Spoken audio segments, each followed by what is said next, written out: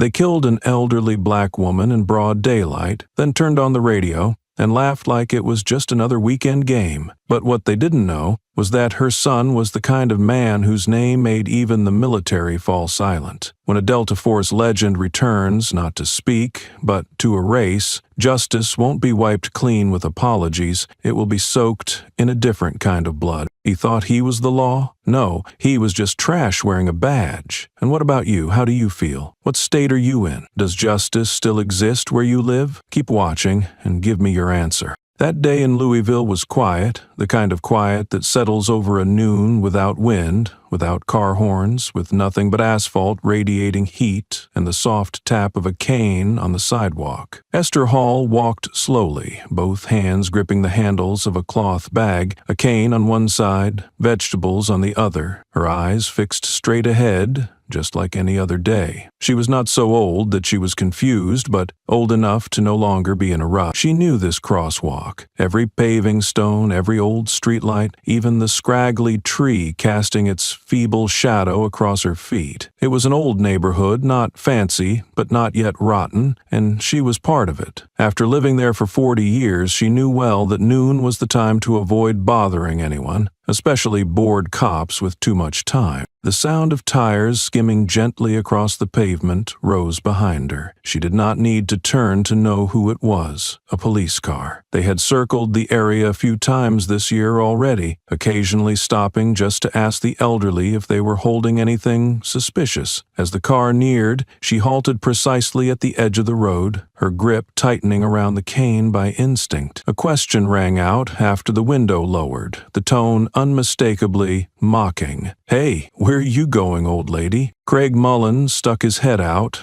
his light-colored hair messy like it had not been brushed, face tilted upward in laughter at his own words. In the passenger seat, Brennan Foy raised an eyebrow, said nothing, just curled his lip. Craig looked at Esther as if she were not a person but some sad spectacle that had walked out of a 6 o'clock news segment. His eyes wandered from her cloth bag to the cane and then to her old canvas shoes, each detail further convincing him that this was a target less threatening than a fat house cat. Yet he continued to draw out the moment, as if the rush of authority swelling in his chest needed a few more minutes to peak. Esther said nothing. She stood straight, looked at the car window, then down again. She was not afraid, not because she was brave, but because she was tired, old enough to know that some contempt does not deserve a reply. But that silence made Craig's grin stretch wider. He opened the door and stepped out with the stride of someone who had played this role too many times to feel bored. The sun hit the badge on his chest, but Esther's eyes stayed on his, as if she were checking to see what kind of thing lived inside that body. "You didn't hear me?" Craig asked. This time his tone lost its playful edge. "I asked where you're going." Esther nodded, then answered calmly, "I'm going home, 2 blocks away." Craig raised an eyebrow as if he had heard something outrageous, then turned to Brennan, seemingly waiting for confirmation. 2 blocks? In this neighborhood? Got proof of address?" Esther nodded slowly, her hand still holding the cloth bag. Brennan finally spoke, his tone half laughing, half daring. "You think she even knows what proof of address means?" Craig chuckled, but his eyes stayed locked on Esther's face. Something in the way she stood, and the way she no longer answered, made him feel insulted. The game was no longer fun, like she was telling him he was not worth fearing. And Craig Mullen was not a man who tolerated that feeling. Not in uniform, not in front of a colleague who was silently watching and waiting. The air remained still. The pavement started to shimmer with heat. In a moment as thin as a blade, Craig leaned forward, took half a step closer, his hand hovering near his holster. No one stopped him. No one spoke up. Esther Hall stood firm, her dark eyes fixed on a face she recognized as one about to do the stupidest thing of its life. Brennan Foy leaned out of the car seat, eyes flicking to the cloth bag Esther was holding. His glance was not about inspection or suspicion in any real sense, but the kind of idle gaze someone gives when looking for a mid-afternoon thrill. He tilted his head, sneered. "Look at that grocery bag. You think there's There's heat in there," then nudged Craig with his elbow like a schoolboy who just thought up a dumb prank. Craig did not return the joke. He was already off the seat, both feet on the pavement, slapping his thigh like he was stepping into his favorite role, the man in uniform who thinks he has the right to do anything to someone he believes will not fight back. Craig stepped toward Esther, voice shifting into that familiar, pressured tone he had used when stopping black teenagers on the roadside. "You know this area is a known drug zone, right?" Mrs. Esser stood still. Her hand trembled slightly, but her eyes never left his face. It wasn't a look of disdain nor fear. It was the look of an adult being blocked by a rude child, and she was weighing whether to teach him a lesson through silence. But Craig didn't understand that kind of language. To him, silence wasn't contempt, it was a challenge. He bent forward, hands on his knees, bringing his face closer to hers than necessary, his breath thick with coffee and cigarettes. "You hear me, ma'am? This area's crawling with smugglers, and looking at that canvas bag, I think you ought to let me see what's inside. We could save each other a lot of time if you just cooperated." Brennan stepped out of the vehicle, not joking anymore, but not exactly serious either. He walked around behind Craig, one hand resting loosely on his holster, like a reminder that this game was no longer in her control. Both men faced a woman nearing 70, as if they were closing in on an armed suspect. And that, more than anything, was what chilled Mrs. Esther. Not because they underestimated her, but because they were enjoying themselves. "That won't be necessary," she said slowly, each word deliberate. "I have nothing but vegetables and rice. Are those considered contraband now?" Craig laughed, a short, sharp sound. He glanced at Brennan, as if to share some invisible prize just won. "Vegetables and rice, Brennan. That's what she says. A whole stash of hot goods right here." Brennan shrugged,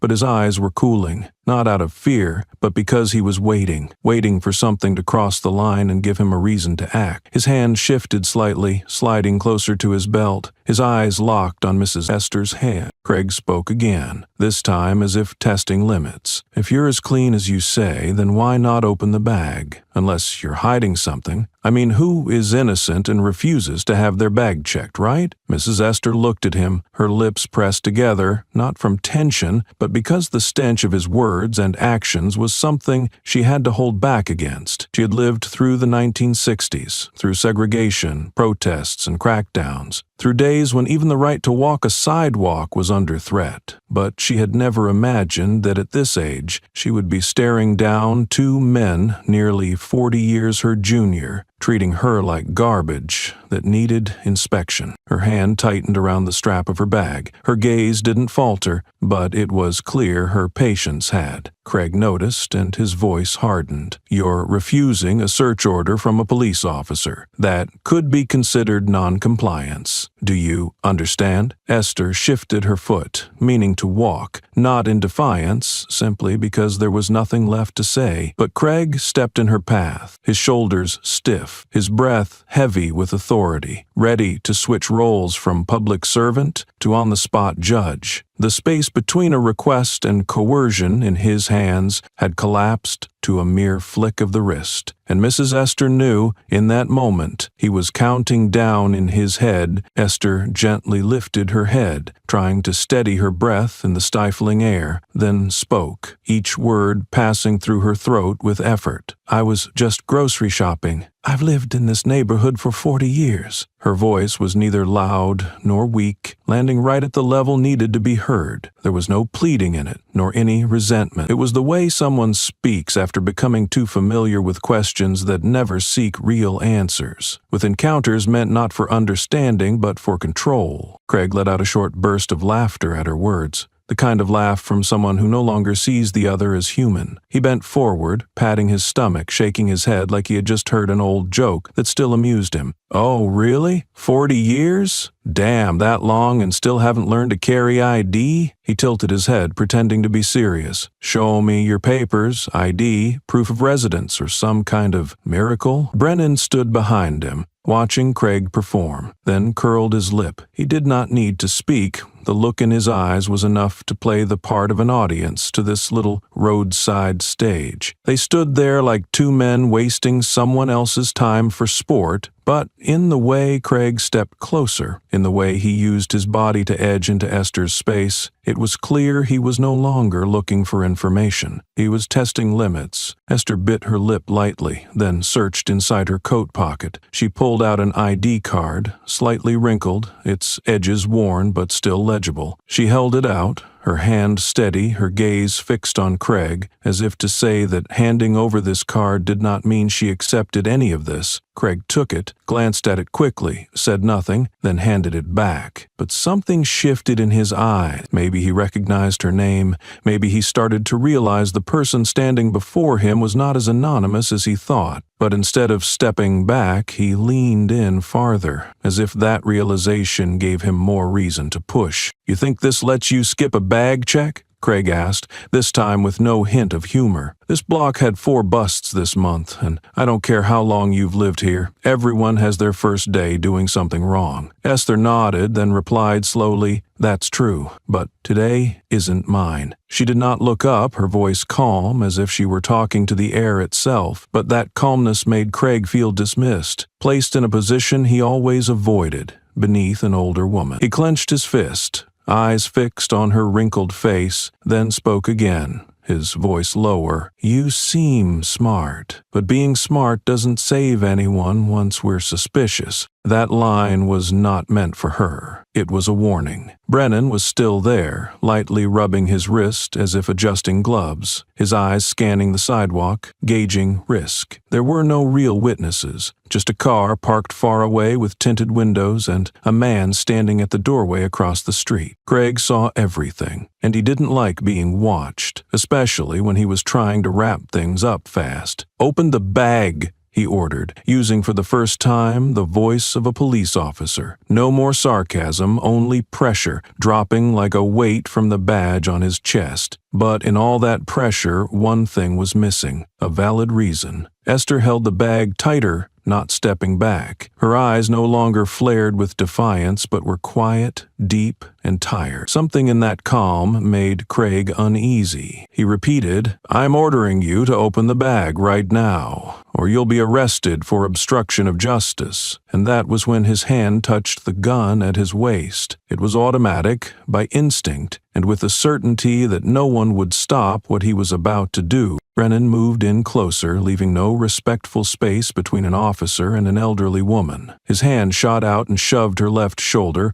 a push neither necessary nor subtle. Her body staggered for a moment, the bag jolted, and a few onions rolled out. A short laugh escaped Brennan's mouth as he said, "Your hands are shaking. What are you hiding in there?" Mrs. Esther steadied herself, breathing lightly through her teeth, not answering right away. Her face flickered with a mix of disbelief and contempt, then settled into a calm silence. She didn't bend down to pick up the onions. One shoulder throbbed, but she stayed upright, eyes still on Craig as if trying to read what would come next. Brennan hadn't stepped back. He leaned in, peering into the canvas bag, then craned his neck as if about to reach in without any pretense. Craig stood off to the side, watching everything with the eyes of a man waiting for a justification. He asked no more questions, didn't look her in the eye. His right hand moved to his waist, touched the grip of his gun, then pulled it in one smooth, practiced motion. "Stop! Hands off!" Craig barked, his voice cold and sharp. The command landed like a punch in the middle of the street,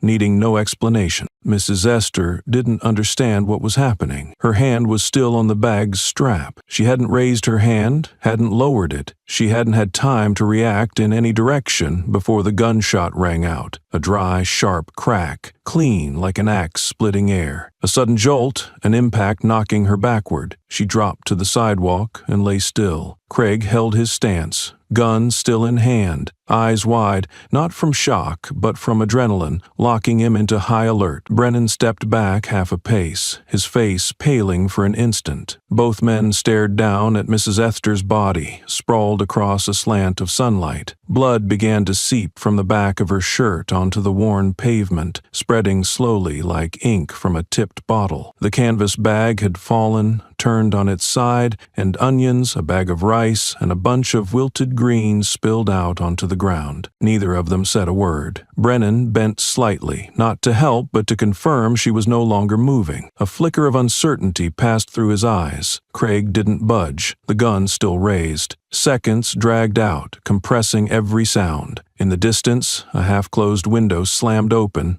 then shut. A shadow stood behind the curtain. Craig glanced around. He looked briefly toward the dash cam on the patrol car. He didn't know if it was still recording and wasn't sure what had already been saved, but he said nothing. He stepped closer to Mrs. Esther's body, looked down blankly, then turned away, and in the seconds that followed, in the silence that felt hollowed out, came the footsteps of two men beginning to invent a reason for a bullet that never should have been fired.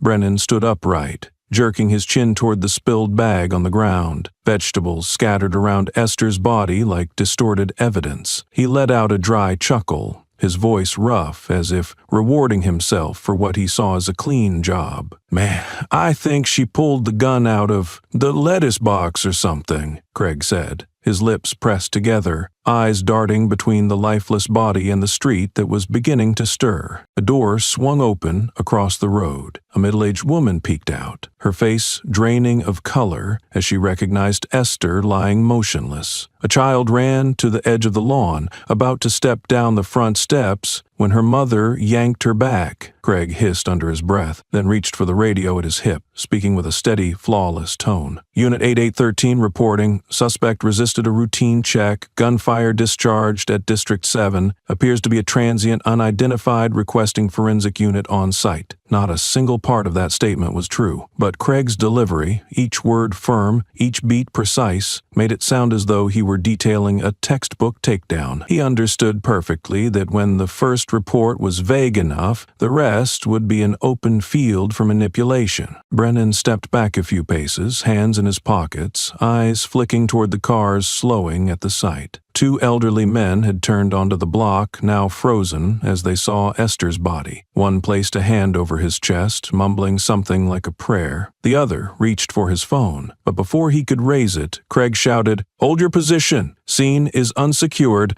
No recording or photography allowed." The man froze, his hand trembling, phone nearly slipping from his grasp. Craig strode toward him with wide steps, the sheer weight of his presence making the man back off without being touched. Brennan followed, expression calm, unaffected. Together they formed an unspoken barrier, blocking access to Esther. It was not about preserving the body. They needed time to rewrite the story. "Do you want me to call an ambulance?" a black woman in her 40s asked, clutching her purse tightly, eyes wide with panic. Craig turned to her, voice flat. If she were alive, she would have been treated already. "You should step back before you break the law." His tone carried the official warning, but not an ounce of human concern. From the squad car, the radio crackled in response. A man's voice came through, brisk and firm. "Received. Forensics en route. Send additional subject details." Craig glanced at Brennan. He shrugged, then spoke quickly into the mic. "Female subject, gray hair, approximately 65 to 70, no identification. Displayed non-compliance when asked to open her bag." He paused briefly, then added, "Signs of resistance, potential weapon concealed in personal belongings." Every word was chosen to suggest threat. Every detail was shaped to justify the gunshot. Brennan could lie like reciting a script. Craig knew how to turn spilled blood into paperwork. The two of them stood there, unfazed amid the chaos. That calm, more than any action they took, revealed how practiced they were at this. Esther's blood continued to soak through her clothes, spreading into an uneven oval on the gray pavement. The metallic scent began to rise, mixing with the muggy afternoon heat and forcing several witnesses to turn away. But Craig stared ahead without blinking, as if guarding a package that had yet to be shipped. A light breeze passed through, scattering a few stalks of celery along the edge of the road. No one picked them up. No one dared step forward. And in the minutes that followed, the entire story was being rewritten, line by line, word by word, every reason Mrs. Esther would never get the chance to refute. Not 5 minutes after the gunshot, the doors of homes around the intersection had flung open. Quick footsteps rushed in from all directions, followed by names called out in panic. "Mrs. Hall?" A woman's voice rang out, sharp and alarmed. "What happened to Mrs. Hall?" A middle-aged man from the house across the street ran toward them, hands raised instinctively, but before he could get close, Craig aimed his gun squarely at the man's chest. "Back off, unless you want someone else dead," he said through clenched teeth, as if testifying in court. His voice bounced off the pavement, sharp and cold like a blade pulled straight from fire. The crowd froze. A few people stepped back, eyes wide, mouths still open, not yet able to process what they were witnessing. They saw Mrs. Esther lying there, saw the blood spreading from her shoulder, saw the torn canvas bag, vegetables scattered like evidence of a simple life suddenly stolen. A boy, around 16, stood near a utility pole, pulled his phone from his pocket and quickly opened the camera. He held the lens toward Craig and Brennan, his hand steady, his face pale. Too young to fully grasp civil rights, he still understood one thing: if no one records this, it will vanish into paperwork. His camera caught Craig shouting into the radio, gun still in hand, then shifted to Brennan, head bent, rifling through the victim's back. It all happened in under 10 seconds before Craig noticed. He turned and locked eyes on the boy, squinting either from sunlight or fury. "What the hell do you think you're doing?" The boy flinched, stepped back, but before he could react, Craig lunged forward, grabbed his wrist, and yanked hard, sending the phone tumbling to the ground. Without hesitation, Craig stomped on the screen, then stomped again to make sure nothing could be recovered. Glass cracked, and a corner broke off completely, exposing the device's inner shell. "Little social media hero?" Craig said, leaning in close to the frozen teenager. "Keep dreaming." His eyes lit with just enough threat not to be called violence, but more than enough to be unforgettable. Brennan stepped up, silent, placing a hand on Craig's shoulder, a signal to stop. Craig brushed it off, pulled handcuffs from his belt, and twisted the boy's arms behind his back. The metallic snap of the cuffs locked sharply into the summer air. The boy struggled uselessly, stammering, I was just recording." Far off, someone started calling 999. A woman's panicked voice shouted, "Someone's been shot and they're arresting a minor." The police fired their weapon. "We need someone here right now." Brennan glanced in the direction of the voice, but didn't move. Maybe he knew that any action now was pointless. What was unfolding had already passed the threshold of control and entered the realm of public crisis. Craig shoved the teenager toward the patrol car, opened the back door, and stuffed him inside like an object with no name. He turned back to the scene, jaw clenched,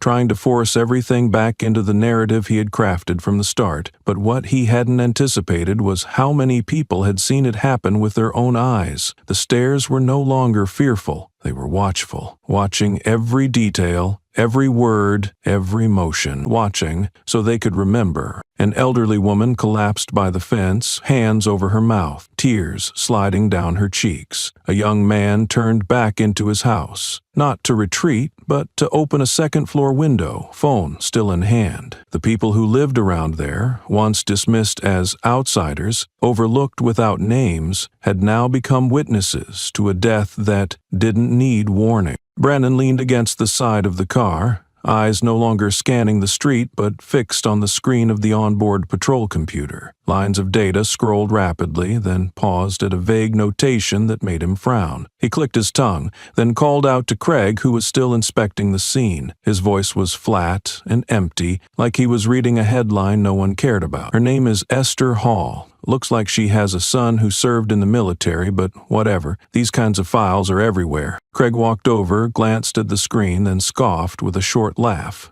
carrying zero restraint. "Military, huh? I don't fear anyone in uniform. They shout slogans all day, but they end up on job waiting lists after retirement. Don't throw the flag at me." His voice was stiff, the last word catching in his throat. He didn't speak loudly, but it was enough for Brennan to know this topic shouldn't be stretched further. Although Craig acted indifferent, a flicker in his eyes betrayed a jolt when the name Esther Hall appeared alongside an address that matched the very spot they stood. No criminal record, No warning flags, nothing in the file that could rationalize the shooting, except for a small note. Community member, awarded honorary citizenship by the district council in 2009. Brennan scrolled down, then let go of the mouse, as if reading further would only tangle things more. Craig turned away, pulled a pack of cigarettes from his shirt pocket, flicked his lighter, and gripped the cigarette between his teeth like he needed to impose order in a scene slipping out of hand. The smoke blended into the air, already thick with blood and tension. A few residents still stood at a distance, saying nothing but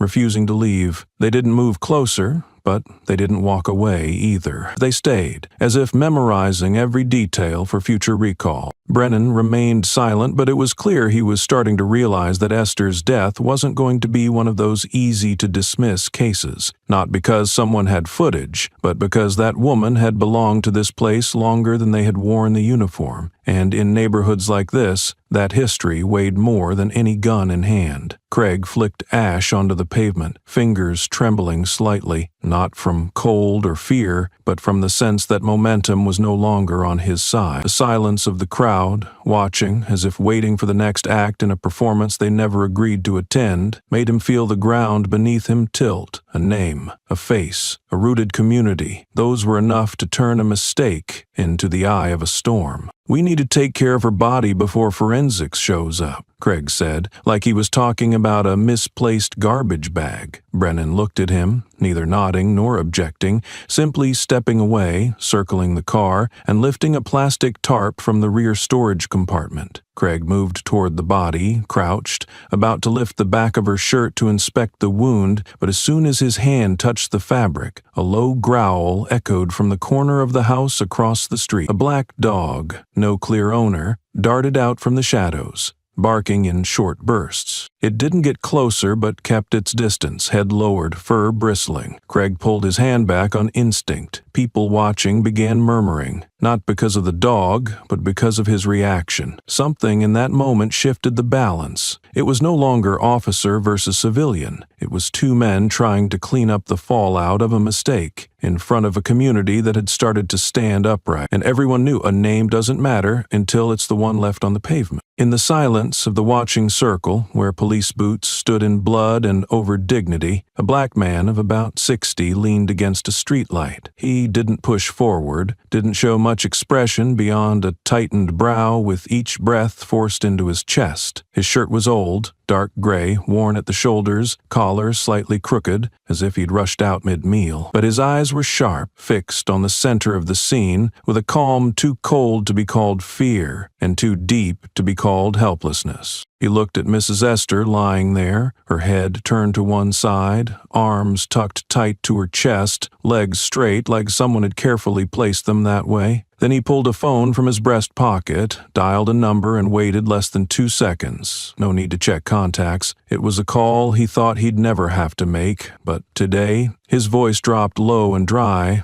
as if holding the weight of a lifetime, witnessing death he never got used to. "It's happened. Your mother—" The line held still. In one breath's time, the voice answered. A man's voice, deep, cold, and final. "Don't touch her, I'm coming." Just that one sentence. No questions, no request for details. After it came the click of a disconnected call. The older man pocketed the phone, looked once more at the scene, then turned and walked back toward the row of houses at the end of the block. He didn't cry, but in that quiet stride anyone watching could tell he had just set something in motion that Craig Mullen and Brennan Foy were not prepared for. Up front, Craig was still trying to contain the situation, scanning each witness, each camera, each neighbor, as if calculating how many of them could be silenced with threats, how many would need another excuse to vanish from the news. Brennan glanced over but didn't see the old man anymore. He didn't think much of it. Every crowd has a few unfamiliar faces, and he was still focused on how to move the body without setting off alarm bells among the onlookers. Only a young woman nearby kept watching the old man's steps as he disappeared. She had never heard him speak to anyone in the neighborhood, didn't know his name, but saw him every afternoon on the wooden bench at the alley's end, reading the same worn newspaper. She watched him until his figure vanished behind the cracked wooden fence, then crouched down and took a photo of Mrs. Esther's body from a low angle, hiding the blood, framing only her turned face and frail hands. "Don't touch her." That sentence kept ringing in the old man's head like a directive, and he knew the person on the other end was not someone who said things lightly. He had heard enough to understand. When that man's voice dropped, it meant he had started calculating. No questions about which cop, no need for context, just one fact mattered. His mother had fallen. Far from the neighborhood, in a room with no markings, a tall man stood before a screen filled with tactical maps. The phone on the desk lit up once, then went dark. He didn't need to check. That sentence said it all. His right wrist tightened, a survival reflex wired into his blood. From the corner of the room, the coordinator asked, "Next deployment order, sir?" The man didn't turn around. He nodded, then said, almost whispering, "Go home." And it wasn't a visit, it was a warning. An hour later, the air in the neighborhood still carried the scent of blood and fear. The crowd remained gathered at a distance. A few had returned to their homes, but most stood silently, arms crossed, eyes fixed on where Esther Hall still lay. The caution tape was yet to be put up, the forensic van had not arrived, and the two police officers were still fumbling over how to rewrite their statements for easier digestion. From the end of the street, a dark gray SUV slowly turned in, as if making no sound at all. Dust rose from its tires but settled immediately, as if it were drawn away from the scene. The driver did not lower the window or say anything. The vehicle stopped only a few yards from the scene. The crowd fell utterly silent. The front door opened. The man who stepped out carried an air that made every murmured conversation die away. He wore a fitted black shirt, broad shoulders thick with muscle, but not in a way that boasted. Sunlight fell across his arm, highlighting a scar, the kind that looked as if it had been left by something sharp and would never fully heal. He stood tall, his face expressionless. No one needed to be told his name. No one stepped from such a car, stood alone in the street, looked straight at his mother's blood without trembling, unless he was her son. Xavier Hall moved as if the ground beneath him were giving way. He did not hurry. Each step seemed measured, precise, and deliberate. The bystanders parted instinctively, though no one had said a word. Craig looked up, arms still crossed over his chest, frowning as if he was not sure who had arrived. Brennan stood frozen, his arm twitching slightly at the sight of the stranger, but Xavier's eyes did not settle on them. He walked straight to his mother, kneeling on one knee at her side. His gaze lingered on the wrist, still clutching the cloth bag. He reached out, gently freeing her stiff fingers, removed the bag and placed it on his thigh, gripping it as if holding an entire lifetime in a single instant. The wind swept by again, not strong, but just enough to lift the hem of her dress away from the blood pooling beneath her. Xavier looked at her for a few moments, then bowed his head. His forehead touched her hand, very softly, a whisper of flesh rather than words. A woman nearby lifted her hand to her mouth, stifling a sob. A small child asked her mother in a quiet voice, "Who is that man?" The mother did not answer. Xavier stood, his expression unchanged, but now his eyes looked different, deeper, heavier, like stones at the bottom of a well. Craig stepped forward, his hand to his belt, suspicion etched in his eyes. "This area is an active scene. I need you to step away," he said, voice stiff, lacking confidence, but still trying to project authority. Xavier turned, looking straight at him. It was a wordless gaze, but enough to make Craig freeze, as if someone had just stolen the air from his lungs. Brennan moved half a step forward, ready to speak, but stopped himself. All sounds near the scene seemed to get pulled back, behind Xavier, leaving only the open space in front of him, between life and death, reason and instinct. The way he stepped down, the way he touched his mother, and the silence he carried like compressed air hanging in the space were enough for everyone to understand this man did not come seeking explanations. He came to start something else. And his presence was the one thing Craig and Brennan never anticipated. His hands were gentler than anything that had ever touched the battlefield. He lifted her head just enough not to disturb the dried blood, then slipped a cloth beneath her neck, draped it over her shoulder, tying it with a small knot like a silent farewell. Not a single motion was wasted. Not a single breath fell into chaos. Every gesture was performed with utmost respect, as if he were doing the final thing for a person the world owed too much. "You came a little late." The words slipped out so quietly that no one but the wind and she heard. His voice nearly broke at the end, but his expression remained unchanged. A straight line stretched from his forehead to his jaw, neither trembling nor relaxing. His eyes looked at her,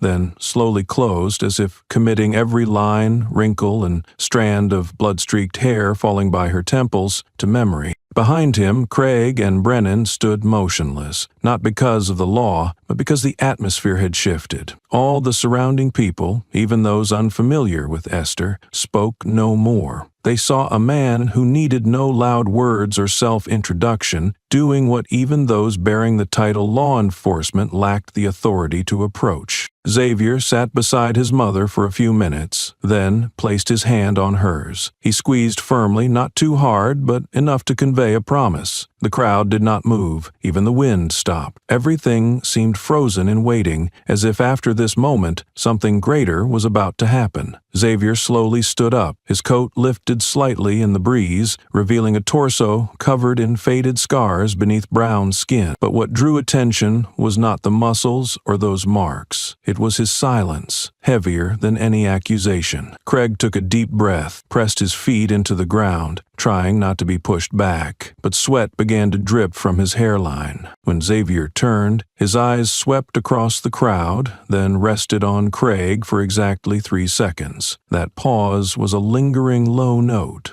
enough to make Craig clench his teeth. Xavier said nothing. No need, because after leaving where she lay, no one looked at Craig as an officer anymore. They looked at him as a reckoning, as if something was about to be settled, and time was only counting down. Craig watched Xavier standing by Esther's body, his entire frame still, yet his presence seemed to cast an invisible net over the entire block. Even with the sound of cars passing, whispers in the air, and distant horns echoing, the only thing that held Craig's attention was the other man's gaze. He breathed heavily, tugging at his belt as if hoping to draw authority from the badge on his chest, stepped forward half a pace, then retreated. "Who are you? Step away from the scene." His voice was louder than usual, not to command, but to reassure himself. Xavier rose slowly, each vertebra straightening like a pillar that pulled the whole space upright. His eyes turned to Craig. Wide open, a stare that seemed to land square between the eyes, requiring neither violence nor argument. "I was born of blood, and you just poured my mother's blood on this street." His voice was not raised, nor was it deep, but steady and taut like a steel wire stretched across the chest of the man opposite him. Craig clenched his jaw, stepping back again,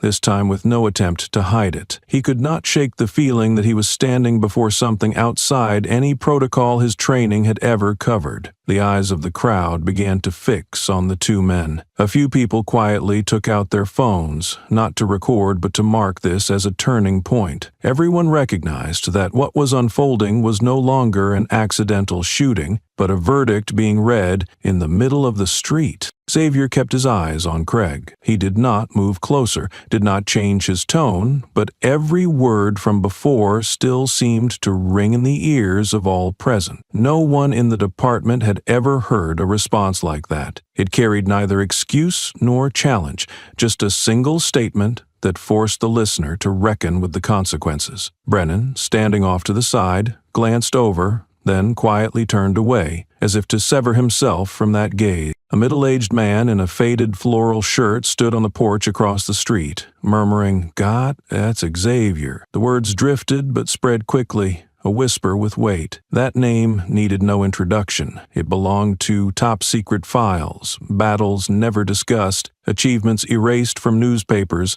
but left long shadows in military memos. Craig looked at Brennan for support, but his partner merely shrugged, as if refusing to share whatever might happen next. He forced out another line, throat so dry that each word dropped like gravel. "We're conducting an investigation. Your presence here is unauthorized." Xavier did not reply immediately. He bowed his head, glanced at his mother's body one last time, then straightened, eyes locked on Craig. "Authorized?" He repeated the word, his tone devoid of mockery, so cold that it turned the term into trash. "Was your gun, your bullet, and her blood on her shirt authorized?" Craig fell silent. The wind whipped at his jacket, inflating the hem as if in protest at his brazenness. In that instant, Xavier did not need to move closer. His very presence was the final step of an indictment, and Craig began to realize no radio signal would be strong enough to summon help from what was now descending on him. Not a person, but an ending. From across the street, behind the old oak tree near the sidewalk,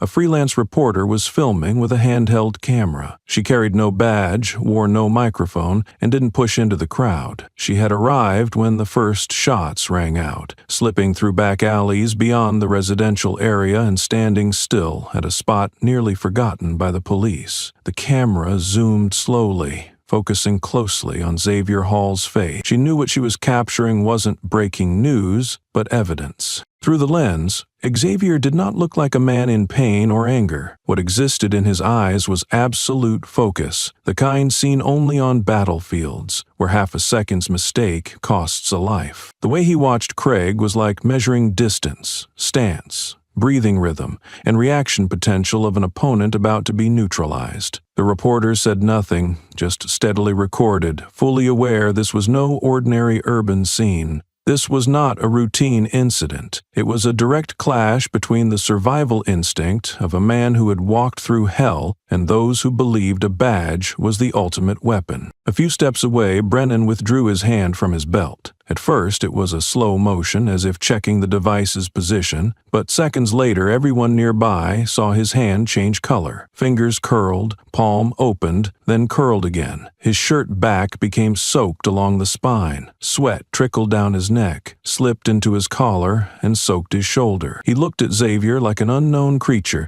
not because of his height or appearance, but because Brennan had never seen eyes like those. They showed no hatred, no threat, only one thing: calculation. Every word, every breath, every move was being weighed. Brennan understood this, and that awareness made him lose control. Craig turned to Brennan, eyes asking, "You good?" But seeing the hand pulling back from the belt, his gaze shifted to caution. Though teammates shared decisions during patrol, he now doubted Brennan's calmness to avoid a foolish act. Footsteps echoed from the end of the street, the sound of sandals, followed by a faint call of someone inside calling their child. The crowd no longer focused on Esther's body, but shifted their gaze to the standoff between Xavier and the two officers. Everyone held their breath. Some phones still recorded, but their owners no longer cared about framing or lighting. Xavier never took his eyes off Craig, though unmoving. He noticed every slight change in his opponent. Craig's breathing shortened. His eyes darted as if seeking allies in an invisible siege. Brennan was no longer the familiar back to rely on. He now trembled, stepping back slowly as if each step closer risked his life. Xavier saw it all, but he did not rush. He understood the true weight was not in the gun nor the punch. It lay in the moment the perpetrator sensed his true position shrinking inch by inch. When Craig swallowed for the third time, gripping his gun tightly without daring to lower it, Xavier knew the moment had come, and the next voice would not be that of the police. That evening, after the sun had fully set over the once peaceful neighborhood, a distant shooting began circulating on social media. It was less than 15 seconds long, but enough to clog the local news servers. The title flashed in white on a black background, simple and chilling: "The Man in Black and the Eyes of Death." No one knew who posted it first, nor who recorded it, but the footage was steady, clear, and unfaltering. The clip opened with Xavier standing beside Esther's body, then panned to Craig backing away step by step, while Brennan glanced around, as if being forced to face something far outside the script. Within an hour, views had surpassed 500,000. News sites ran headlines, "Who is the man at the Louisville crime scene?" A gaze that silenced police. What happens when the victim's family is someone special? In the comment sections, thousands speculated, shared doctored images, and compared the footage to old recordings of famous veterans. Many assumed it was just an angry local, but one man knew exactly what the crowd had yet to realize. Former Sergeant Franklin Polk, once a member of the Black Hawk Task Force and now residing in Texas, watched the clip a second time and remained silent for several minutes. Only when Xavier's eyes came into sharp focus did he draw on his cigarette, exhale slowly, then mutter to the man beside him, "Xavier Hall, codenamed Phantom 6. No one who has seen those eyes survived to describe them." The other man frowned. Polk nodded, gesturing at the screen. The way he does not react, never needs to draw a weapon, yet makes the other side retreat. That is not a cop's skill, nor that of an ordinary soldier. That is a warrior trained to kill in silence. He leaned back in his chair, his gaze dimming as he touched an old memory. "I saw him once, in Yemen. The whole squad hit and vanished in 4 minutes. No one found them, no one was hurt except the target. They called him Phantom 6. 6 because he was always the last to leave the field, only after making sure no one else was left standing. Such details were never in any official record. The name Xavier Hall appeared only in encrypted internal reports, where identities were kept secret to protect covert missions. But those eyes Polk could never forget. No paperwork, no insignia needed. Just a look was enough. On private veterans forums, the first posts about the incident were taken down within minutes of being shared, not for breaking any rule, but because everyone who had ever served knew the code. When Phantom 6 reappears, it is best to step aside. Scattered messages started popping up among senior members. "He's back. Was it Louisville? Whose blood brought him back this time?" Meanwhile, in Louisville, Craig sat alone in the station, eyes bloodshot with exhaustion, sweat soaking his wrists. Brennan locked up the patrol car and quietly drove home. No radio, no stops. Neither knew what the video was called, nor that their actions had become public record. But the sense of being watched was already circling in their minds, slowing every movement. And the worst thing for them was not the media, not their superiors, but a question now lurking in every private meeting. Who let those 2 officers do that to the mother of Phantom 6? The first alert to the Pentagon did not come through any public channel, but via a military internal network. A field-grade officer in the Eastern Intelligence Coordination Office screenshotted the viral video and sent it straight to the emergency reporting system. The subject line was encoded, attached to a single line. "The target is the local police. We need silence." In an underground meeting room deep below the surface, 6 men in uniform watched the footage of Xavier Hall standing before Esther's body again and again. No one spoke. One of them, a former commander of Task Force 6, finally placed his hand on the table and quietly said, "He never acts unless he's certain he'll end everything in a single move." The words were not praise but a cold warning, echoing between concrete walls and pale fluorescent light. Another officer stood, moved to the digital map behind him, pointed to Louisville, then turned to the communications chief. "No intervention for now, no negotiators, no activation of any local support units. We wait." "Wait for what?" a lieutenant colonel asked from the end of the table. "Wait until he decides who gets to live." The reply was flat, no hint of a smile, no drop in tone. Meanwhile, in Louisville, tension in the police headquarters was no less severe. Craig was absent. Brennan was not summoned, and only key department heads were urgently called in. The lights stayed on, a projector displayed lists of social media posts, names of witnesses, and especially a string of comments flagged as security alerts. The chief, Director Raynard Wilkes, a man serving 3 terms but never having faced a situation like this, looked at every face in the room. He didn't need to read a statement, he just spoke one line for everyone to grasp the gravity. "No one touches him. Prayer is enough." A deputy director suggested calm calling in Xavier Hall for questioning. As a witness, Wilkes waved him off. Get testimony from someone who could break every recording device with 2 sentences? Do you know who he is? The deputy fell silent. Wilkes continued, no longer calm. I once sat at the same table as General Mason. He said there are men whose names the whole military must handwrite, never type. Hall is one of them. No one added anything further. The meeting ended in silence. On the way out, several still glanced at the hallway's news feed. The clip replayed the moment Xavier stood, his eyes locked on Craig like an etching in stone. There was something in that scene that made everyone understand. Even without a word or an action, some order was beginning to unravel. As Wilkes stepped outside, he looked up at the sky, turning brown-gray. He didn't believe in superstition, but at this moment, what he feared was not scandal or the press, but the silence from a man who needed no weapon to make the entire system freeze. And if Xavier Hall had returned, then maybe praying truly was all that was left.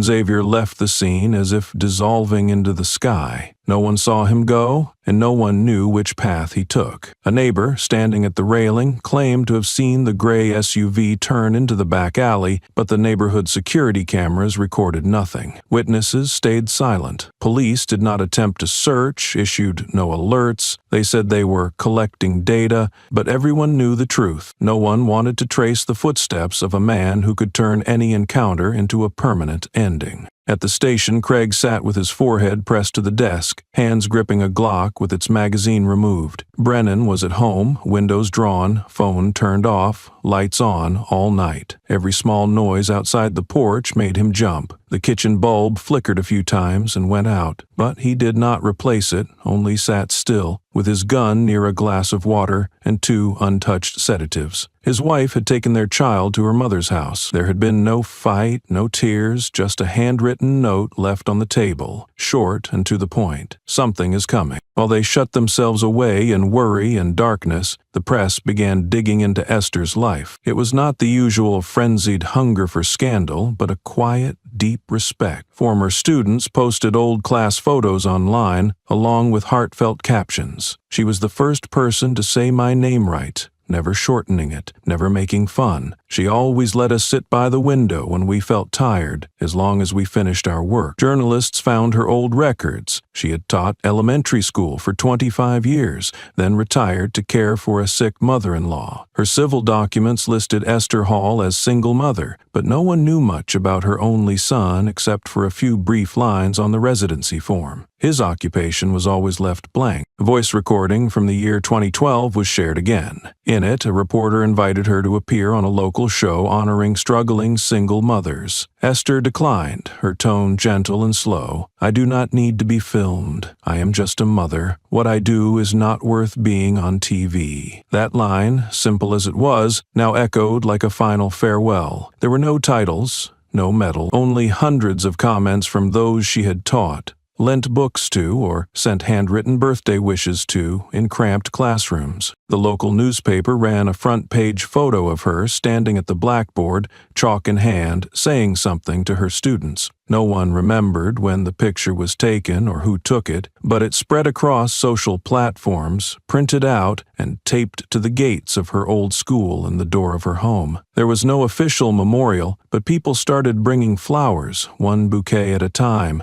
all colors, all kinds. Esther Hall had lived her whole life without needing to be known, but her death forced the entire country to look back, not because she was the mother of Xavier Hall, but because she was part of the memory of a community that had been disregarded for far too long. When people started mentioning her name in the news, in broadcasts, across forums, they did not focus on her death. They spoke of every time she patiently listened, every thank you letter she kept, every child she walked home when their parents worked late shifts. Everything began to be rewritten, no longer buried under the mud of neglect, and that, though it could not change what had happened, made everyone understand one thing clearly. She had been here, and she deserved to remain in memory with the very respect she lived by. In front of the Louisville Police Headquarters, handmade signs were hung on wire fences, the front covered with black and white photos of Xavier Hall. Not military images, not a press release, but a frame cut from the brief clip that spread the night before, his eyes fixed on Officer Craig Mullen, calm and sharp as a blade before judgment. Below the photo, in red paint,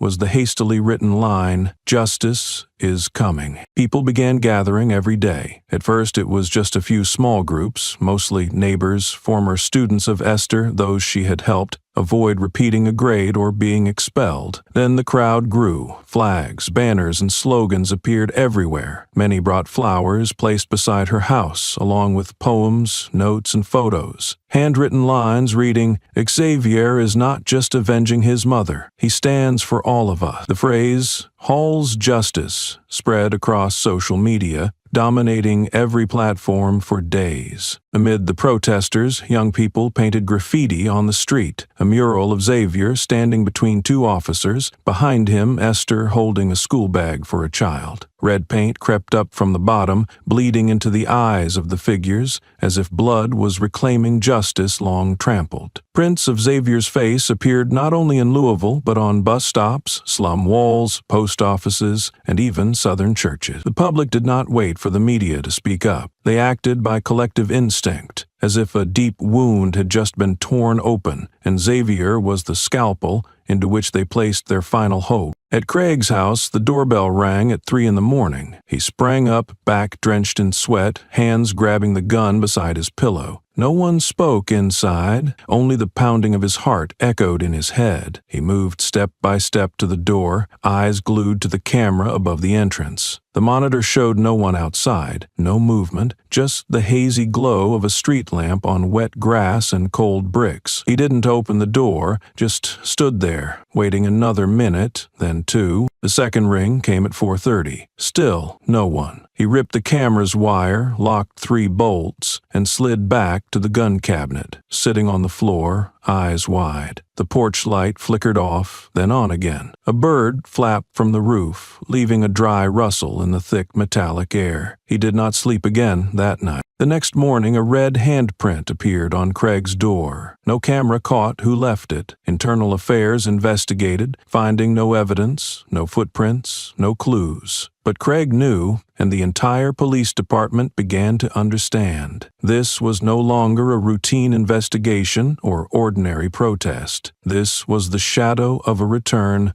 no one dared face. Each morning he checked the door, checked the walls, then washed his face for a long time, as if trying to scrub something clinging to his skin. No matter how hard he scrubbed, the feeling of eyes watching from somewhere would not disappear. Xavier Hall did not appear, send warnings, or write a single line, but all of Louisville could feel his hand now, gripping a system they once thought unshakable, and that hand was not there to lift. It was tightening its hold. Craig woke up to a heavy morning, checked his bank account on his phone as usual, but the screen flashed an odd alert. Transaction declined. Card no longer valid. He tried to log in again, and then again, but was booted out each time with the same message slapping him in the face. He called the bank's hotline, but the call never connected. His phone's GPS scrambled, the location bouncing among 3 different states. He went to the desktop to email technical support, but when he opened his inbox, what appeared first was not a reply, but a string of strange photos.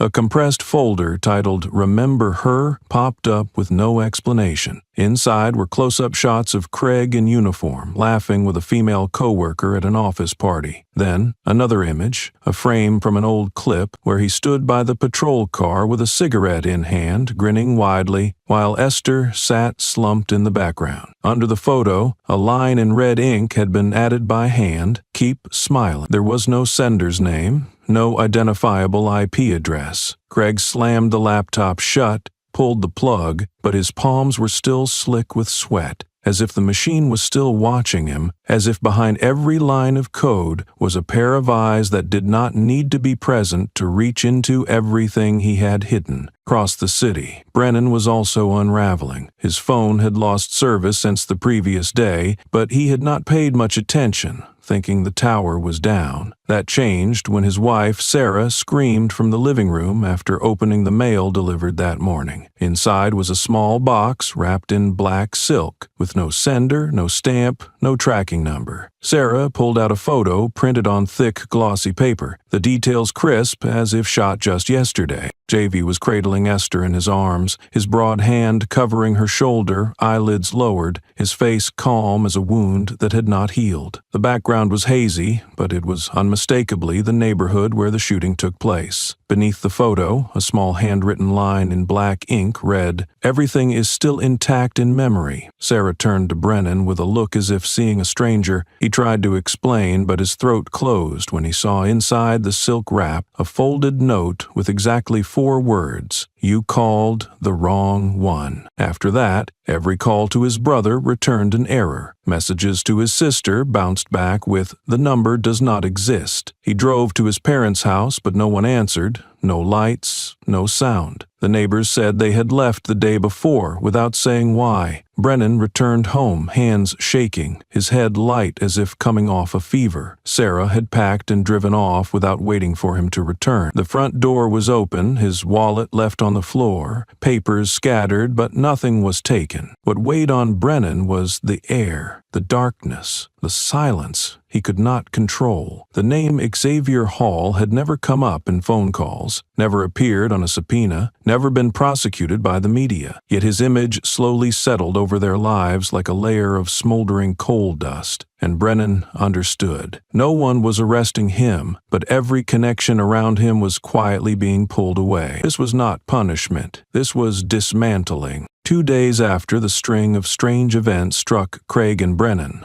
the Louisville Police Department was forced to assign personal security to both men. Each house had 2 additional infrared cameras installed, a patrol car stationed a block away, and the rapid response team rotated on duty day and night, with orders barring any unfamiliar individuals from approaching either officer. But despite every security protocol being followed by the book, unease seeped quietly through the halls, spreading like oil on old wood. An internal security lieutenant noticed something off when the main armory's access logs showed an entry at an odd hour. No one had checked in at 2:13 in the morning, yet the electronic lock was opened for exactly 38 seconds, then closed without a trace. The hallway camera flickered briefly, then restored itself as if nothing had happened. The servers reported no internal breach. However, an old technician, experienced in data retrieval, stood up at once after reading the log. Someone knew every blind spot in the system and had used a back route known only to command staff. At the same time, the police department's central meeting room was tense, with a discussion about increasing media countermeasures against false information online. Director Raynard Wilkes had just started to speak when the room's lights flickered. Before anyone could react, the LED screen at the back, meant only for patrol schedules, suddenly flashed bold red letters. The first line read, "System warning, unauthorized access." The next line, in larger font, each letter typed as if by an unseen hand, "Phantom has entered the game." A breathless silence stretched. No one dared to speak. All eyes were fixed on the final line, 3 times larger than the rest. "Nothing can save you now." The words appeared, then faded. The screen went black. No alarm sounded. No hackers were found in any reverse checks. But everyone knew this was no joke. No cyber criminal could penetrate the department's internal security board and disappear without leaving a trace of code, and no one dared let the name Phantom appear so boldly, as if declaring war on the entire police system. Raynard Wilkes said nothing, just set his glass down, took a long breath, and walked out. The others followed in silence, no one voicing what they were thinking, but all feeling the same thing. The Louisville Police Department no longer controlled its system. What was attacking them used no bullets, needed no legal process, and made no demands for negotiation. It knew every gap, every habit, every weakness in their operations and personnel, as if it had lived among them all along. And if that message was real, if Xavier Hall had decided to leave the silence behind, then every safeguard, every protocol, every duty roster was just a thin layer covering a larger truth. This anger did not come from outside. It had been here for a long time, and only now now was it raising its head. Craig sat hunched in the backup conference room, both hands gripping the hem of his shirt until the seams tore. None of the officers around him spoke. They only glanced at each other, then at the frosted window where the fluorescent light bounced off his face, making it look ghostly pale. He lowered his voice, then suddenly sprang up, raging like an animal cornered in a dead-end alley, slamming his fists on the table. "He's a killer! I swear, he's here to take us out one by one, not to investigate, not to file complaints, not for any warrant. He's here to finish it." A lieutenant tried to calm him, but Craig shoved him off, eyes wide, breath hissing. "We have to strike first. Take him down before he takes us. If we wait one more day, we'll start disappearing, one by one, with no trace." His voice was no longer steady, warped and fractured, like he was talking to himself more than to his colleague. The room sank into heavy silence, only the hum of the air conditioner overhead breaking the stillness. Brennan, seated in the far corner, suddenly shot from his chair as if shocked, slammed his hands down and screamed, his voice almost shattering into sobs. "I didn't want to kill her. I just followed orders. I never aimed my gun, never pulled the trigger, never meant for her to die." He trembled, lips pressed tight, hands clutching his head, fingers squeezing so hard they drew blood beneath his nails. Craig stared at him, eyes glinting with something icy. "You didn't stop me. You stood there and you laughed. Now you're just as much a target as I am." Brennan shuddered, turning away. Gone was the pride of a man once proud to carry a service weapon.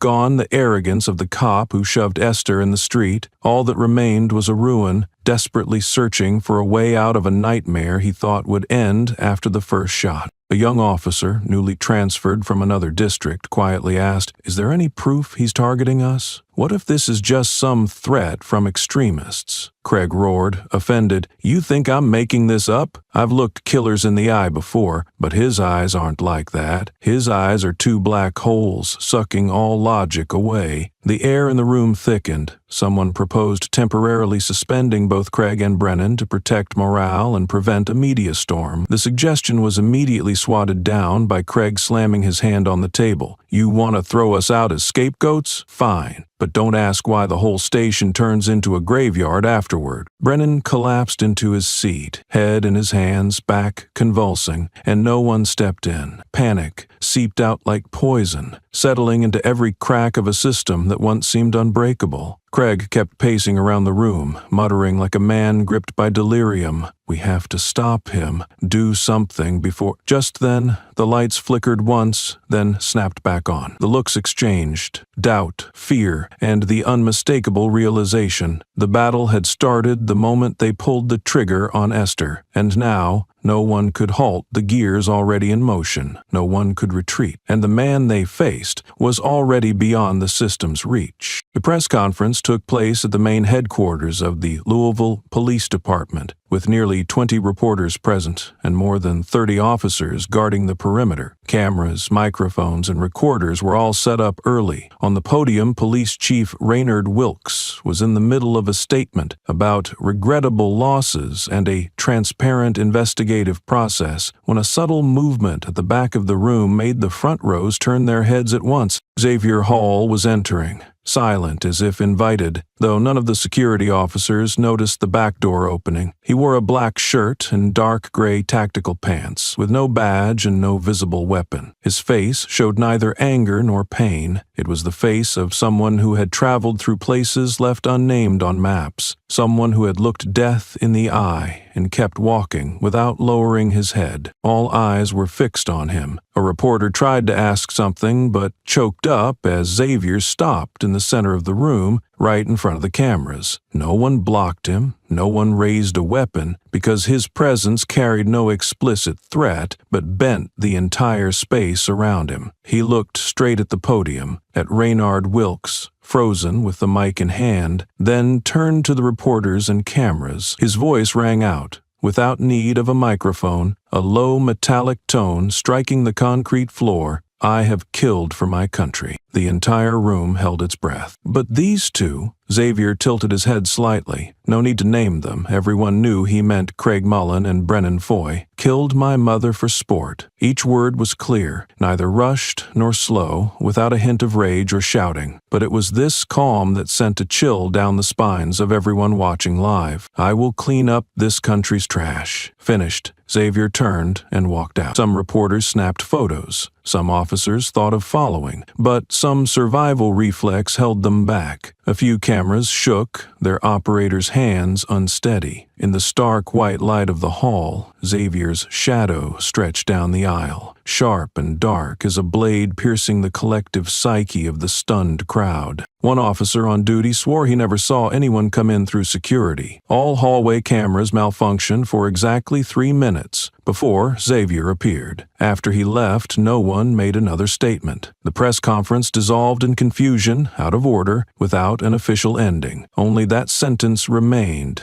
clipped from the broadcast, replaying on every platform. I have killed for my country. I will clean up this country's trash. Louisville fell into a strange silence that evening. Major news outlets began to cover the story. Civil groups instantly shared the video. The image of Xavier, unarmed, without fanfare, standing in the crowded room yet controlling the whole atmosphere, became the most haunting sight in the minds of those who once believed they held the power. As for Craig and Brennan, in a sealed isolation room elsewhere, they had no idea the real storm had just passed through the door and left no footprints. On the 6th floor of the Louisville Police Department, the Internal Affairs Office was in unusual turmoil. The large screen in the center of the room displayed streams of data about the victim, Esther Hall. A middle-aged officer with glasses, responsible for background checks, stood up, looking perplexed. He dragged the mouse across each line of data, pausing at the security history section, then frowned. His voice rose into the room, strung tight as a wire. Why is Esther's file flagged as security risk? Several other staff members pulled their chairs closer. They quickly checked the note attached to the file. Suspected of involvement in public disturbance activity, failure to comply with police orders. The time of the note matched the morning of the shooting. This instantly caused a stir among the team. The record could not have been updated in real time unless someone had intervened directly. This raised 2 possibilities. Either the system had been breached, or someone on the inside had deliberately inserted the note to sway the case in favor of the officers who fired their weapons. A young officer, face tense, hurried in with a handheld drive and a data packet he had just received through the internal network. His voice was a bit shaky but clear. I've received an original video file of the incident. It did not come from the police, nor from the Security Bureau. The file was sent directly to the official inbox, attached with the tracking code Phantom 6. The room went silent. The security coordinator stared at the video playing on the screen. In the original, the images were sharp to the smallest detail. Esther stood on the roadside, holding her bag of greens, her face anxious, trying to talk to Craig but getting yelled at in return. There was no sign of aggression, no provocative gesture,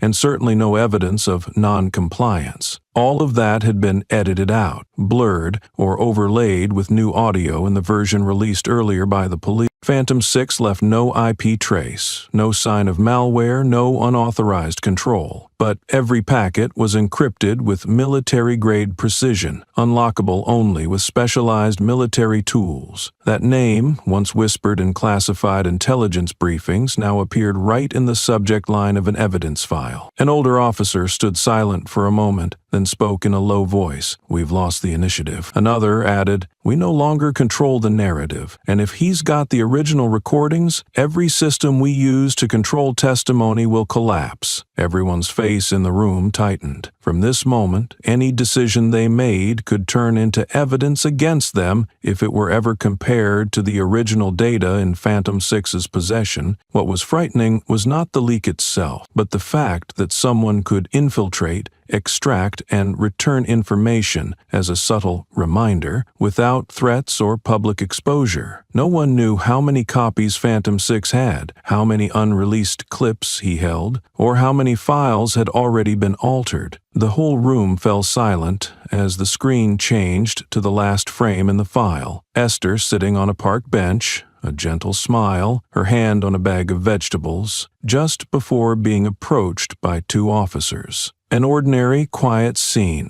yet enough to choke those who had just watched the previous, brutally dishonest footage. They knew the fight was no longer in the hands of the law. When information could not be controlled and the system was stripped layer by layer, those behind the wrongdoing would have nowhere to hide, not even in the data. The next morning, the Louisville Police Department officially sent an urgent request to the FBI, citing suspected internal system breach and possible data manipulation by actors beyond legal jurisdiction. The document was stamped urgent, passed through 3 levels of coordination, and finally sent to federal headquarters. However, when agents arrived to check the data center, something strange happened. All files related to Esther Hall were gone from every server in the internal system. One of the local maintenance technicians confirmed he had checked the archive file the previous night and everything was intact. But by morning, every backup, even the automated regular versions, was empty or displayed data not found errors. They traced the trail to backup servers, hoping to recover a cache from hidden folders, but instead of the required file, they found a strange document, named with a string of numbers, decodable only by military intelligence software. When opened, what appeared on the screen silenced the room. It was not Esther's file, it was a ledger. The header was typed simply, with no complicated encryption. List of erased deaths. Below were 12 names, all black citizens over 60 who died in incidents labeled incidental contact with law enforcement. Beside each name was a portrait, the time of death, the location,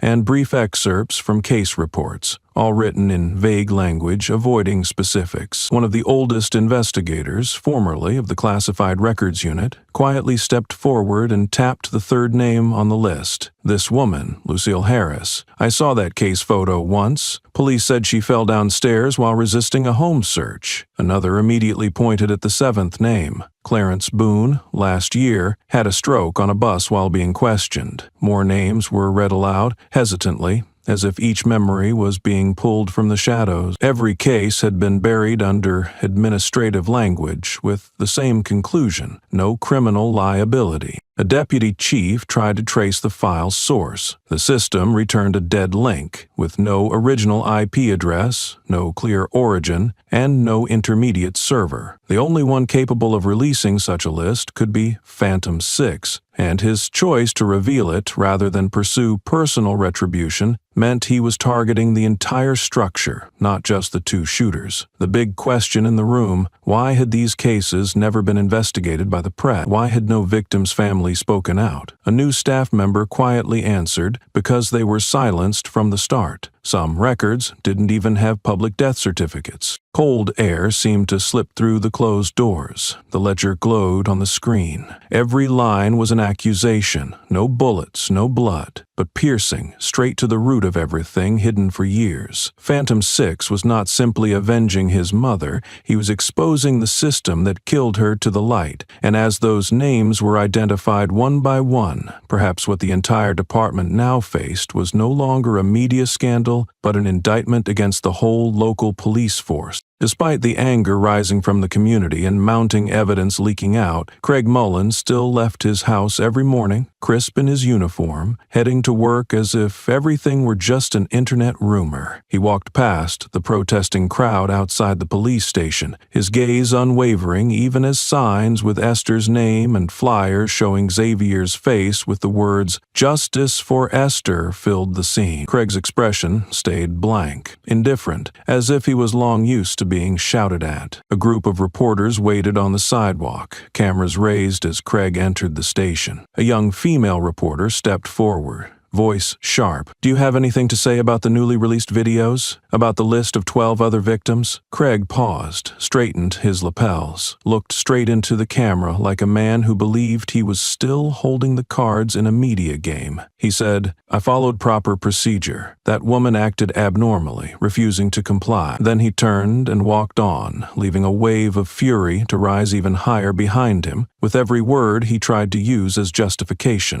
At the same time, across town in a southern neighborhood, Brennan Foy lived like a ghost. The old house he occupied was never lit as before. The curtains were always drawn, day and night. Some reporters had rung the bell, but never got a response. Neighbors said they heard things breaking at night, and once someone saw Brennan crouched under his porch, hands over his head, as if fearing something he could not name. His wife had left the state only 3 days after the shooting, taking their young son and 2 suitcases. Brennan did not see them off. No one knew if he called or texted, but since then his phone had always been off. A former colleague recounted that on one rare occasion, seeing Brennan at a gas station at dawn, he avoided eye contact and withdrew after hearing Xavier mentioned casually by a cashier. Brennan's house had become a cocoon, locking himself inside, living off canned food and deliveries, security cameras thick around the yard. Even so, he slept poorly. Every car horn outside jolted him awake. Every shadow passing the gate sent his heart racing. In panic, he once called the station's hotline, reporting someone was lurking, but when officers arrived, there was nothing but cat tracks under the window. Craig and Brennan had once been a team on patrol. One aggressive, eager to challenge, the other silent, obedient, never questioning orders. Now, one still tried to appear defiant in public, the other quietly disintegrated in the dark. But both knew no matter how differently they reacted, they were under the same blade. The only difference was that Craig believed he could withstand it. Brennan knew for certain the worst had not happened yet. It was coming, and not in gunfire, but in the endless silence of someone like Xavier Hall, a man who needed no threats, no words, but whose presence alone was enough to tilt the world off its old axis. On the weathered rooftop of the old administrative block in West Louisville, sunset streaked across cracked tiles, scattering lines of dry wind. A man in plain clothes, shoulders draped in a worn leather jacket, stepped forward quietly. It was Robert Tate, a veteran officer who had retired 7 years earlier, once the commander of the early military rapid response unit. No one had called him here. No one knew he had left Arizona the previous night on a domestic flight, or why he could walk straight through the security checkpoint without being questioned. But the only person unsurprised by his arrival was Xavier Hall. Xavier sat still by the railing, back against a rusted steel pillar, gaze fixed far out over the Ohio River. He did not turn, did not remove his hands from his pockets. Robert approached, stopping a meter away, as if keeping the exact distance 2 soldiers used to hold when speaking during night operations. "We served together once," Robert said, voice low, without judgment. "I know that look. You're in operational mode. The question is, how far are you planning to go?" The whole city seemed to freeze, waiting for the answer from the man sitting there, body unmoving like a block of black stone. "I've raided 13 terrorist compounds,"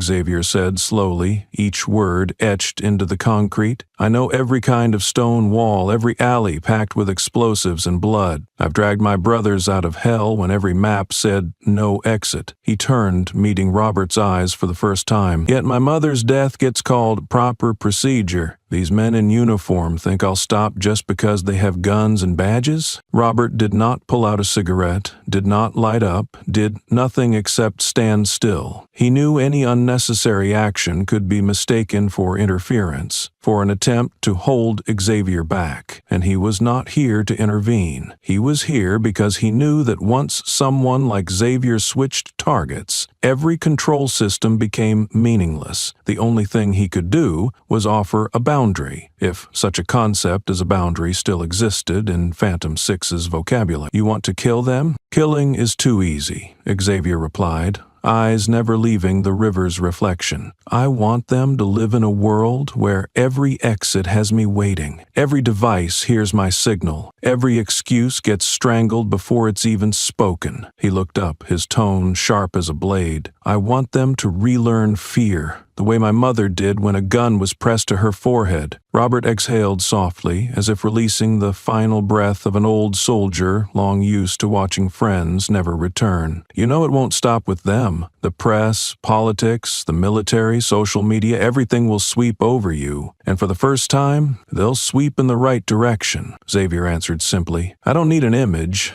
I'm not running for office. I represent nothing. I am simply the end of a chain of mistakes." Between the two men, nothing more needed to be said. No farewell was necessary. Robert turned, walked down the rusted stairs without looking back. He knew well the young recruit he once trained had now become the embodiment of something he once believed existed only in theory, a force with no rank but born of broken justice. And the most frightening thing was not Xavier's power, but that he no longer needed anyone's permission to act. The hearing room sat inside an old building behind the Louisville Police Department, usually reserved for closed-door meetings on budgets or minor internal violations. Today, it had been equipped with 3 new surveillance cameras, 4 noise-canceling microphones, and a large screen standing upright in the middle of the room like a barrier. 12 people were present: representatives from the department inspector, state legal counsel, 2 federal advisors, and 3 members of the civil community. All sat upright, eyes fixed on the center of the table, where no one was seated. That empty chair was reserved for Xavier Hall, but he did not show up. Instead, a hard envelope with no sender's name had been placed on the table hours before the meeting, passed through the hands of 3 security officers, scanned for viruses, checked for encryption, and finally cleared of any cyber attack threat. Inside was a USB drive. When the technician plugged it in, the screen lit up. There was no image, only a black background with sound coming through clearly. A male voice from the hearing committee mumbled, "What is this?" But the question was drowned out by the recording, a gunshot, clear and cold, as if someone had pulled the trigger right in front of the microphone. Then a man's laughter erupted. The laugh was crude, exultant, not joyful, but triumphant. Then, a line without distortion or cuts, Craig Mullen's voice rang out, each word falling like a blade. Boom! Another black lady to meet the Lord. No one in the room moved. An elderly woman at the end of the table gripped the armrest, her nails scraping against the wood. A young inspector looked up, as if needing more air, then lowered his head. The community representative turned to the deputy legal chief, gaze both questioning and accusing. But he did not answer. He just stared at the blank screen before him, where the silence now sounded louder than the gunshot. The recording was short, only 9 seconds, but those 9 seconds destroyed everything the 2 officers had built around their actions. It was not official evidence in the criminal file, because no one knew how Xavier had gotten the recording, nor what level of legal standing it might have, but it struck at the last thing Craig had clung to: doubt. Now there was no more doubt. Craig had laughed after pulling the trigger. The meeting was not over, but no one wanted to ask further questions. A federal advisor requested to leave early. The technician stayed a bit longer, quietly removed the USB, placed it in a secure pouch, and then left the room. No one spoke to anyone else. The chair of the meeting, a white-haired man, kept silent for a long time. When he finally spoke, his voice was hoarse, as if dust coated his throat. "Cancel all proposals for temporary suspension. Open a criminal case. Refer to the state prosecutor for the highest possible charge." A member of the legislative committee quietly nodded, pen already poised over the minutes. No one knew what would happen next, but they all understood one thing. Even though Xavier Hall was not present in that room, he still shook an entire system designed to shield people like Craig from the truth itself. And this time, that system had just been ripped apart by 9 seconds that could not be erased. Inside the small hall of the Federal Administrative Headquarters, the air seemed drained after 9 seconds of audio played out. Even the low hum of the air conditioner overhead became a noise no one wanted to hear. 12 people sat in place, not a single gaze meeting another, as if the slightest glance could shatter the shell of power, reason, and argument in an instant. One member of the legal team, who had maintained a neutral stance from the beginning, suddenly bent forward, face buried in trembling hands. For a moment, it seemed as if the silence would last forever. But then, A pen fell to the floor, the sharp sound setting off a long dormant fuse. Chairs scraped, voices rose, and names and titles were called out in chaos. The chairwoman, Lydia Morvan, the only black woman in leadership, rose abruptly. She did not slam her hand, did not raise her voice, only lifted her head, eyes red but her tone cold and steady. If no one is arrested after today, if no criminal charges are brought before sunset, I will resign from this post, and I will take this case before the entire nation. At that moment, a security officer rushed in to whisper something to the technical supervisor. Several monitors stood up by reflex, turning together toward the large screen that had just gone dark as the audio finished. But instead of an image, every eye now turned to the large glass panel at the back of the room. There stood a man, Xavier Hall, his arms folded across his chest, his gaze unblinking as he looked at the entire council through the bulletproof glass. He did nothing, yet his presence squeezed the breath from the room. The head of security started to step outside, then stopped at the doorway, glancing back at the chairwoman. No order was needed. No one moved. Xavier did not move. He did not need to move. His being there, at that time,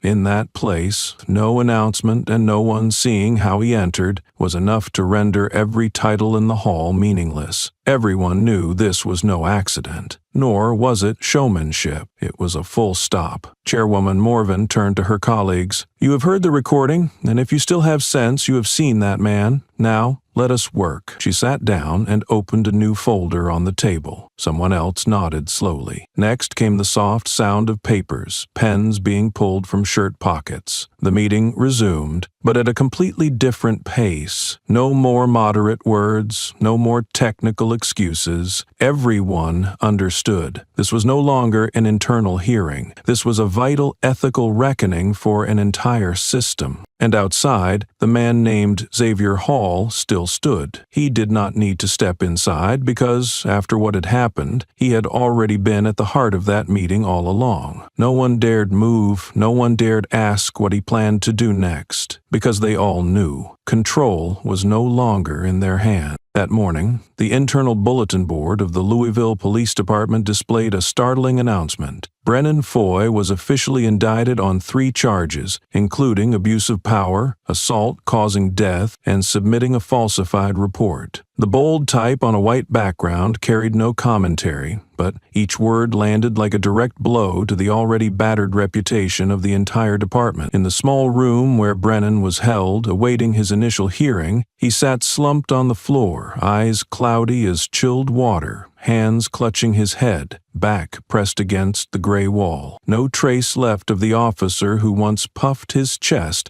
and laughed brazenly in front of colleagues. The media swarmed the station gates, cameras and microphones jostling for space to capture the first reactions. But their focus was no longer on Brennan. All eyes now hunted for Craig Mullen. His name had still not appeared on any indictment. The press received word from the prosecutor's office that there was not enough direct evidence to prosecute, even as the audio of his laughter after the gunshots spread like a deadly virus across social media. While thousands of comments screamed for justice, he continued to appear on camera in a gray suit, voice steady, always emphasizing that he had never violated departmental procedure. Yet what Craig did not know was that an independent news team was tracking a different trail. An anonymous message arrived from a hidden address, with attachments of photos, documents, and handwritten testimony. It was the story of a man Craig had arrested 7 years prior. The man had worked at a gas station on the southern outskirts, charged with possession of contraband. But the case had been closed swiftly, chalked up as a simple confession that matched every line of a script Craig had prepared in advance. That man now lived anonymously in another state under a new identity, having left Louisville out of fear for his safety. But when he saw the video of Xavier Hall standing motionless behind the hearing room glass, he decided to speak out. In a handwritten letter, he detailed how Craig had extorted him, threatened his family, and forced him to sign a confession he had never seen before. Craig even hinted that failure to cooperate would bring back an old teenage theft charge as a dangerous prior. All threats had been secretly recorded on a device the man had only recently dared to hand over to a third party. The dossier was sent to the state court through secure channels. An independent attorney authenticated both the signature and testimony. The case immediately forced the judiciary to convene an emergency session to investigate whether Craig had done the same to others. The department's internal system,